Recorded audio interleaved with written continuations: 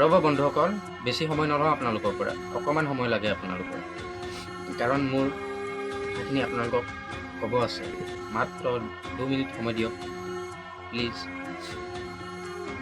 মোৰ নাম অমিত গোৱালা। মোৰ এখন দোকান আছে।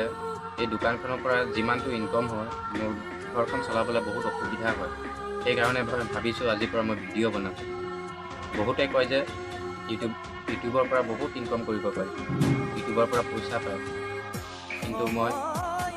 কিন্তু মই আগে পিছে কেতিয়াও ভিডিঅ' বনোৱা নাই। আজি প্ৰথম মই কেমেৰাৰ আগত এনেকৈ কথা কৈছোঁ। মই এনেকৈ বহুত সাহস গোটাই এনেকৈ কথা পাতিছোঁ আপোনালোকৰ লগত। বহুত সাহস গোটাই মই এই ভিডিঅ'ত কথা কৈছোঁ। মই আগে পিছে কোনোদিন মই এনেকৈ ভিডিঅ'ৰ মাজত কথা কোৱা নাই।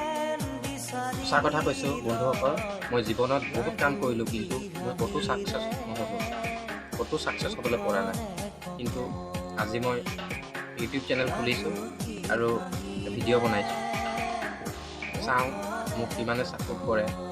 এই ইউটিউব চেনেলটোত মই ছাকচেছ হ'ব পাৰোঁ নে নোৱাৰোঁ। যদি এই ভিডিঅ'টোত আপোনালোকে ভাল ৰেছপন্স দিয়ে, ভালকৈ ভিউজ আহে, তেনেহ'লে মই আগলৈ আৰু ভাল ভিডিঅ' বনাবলৈ চেষ্টা কৰিম। আপোনালোকৰ মাজলৈ ভাল ভিডিঅ' বনাই লৈ আনিম।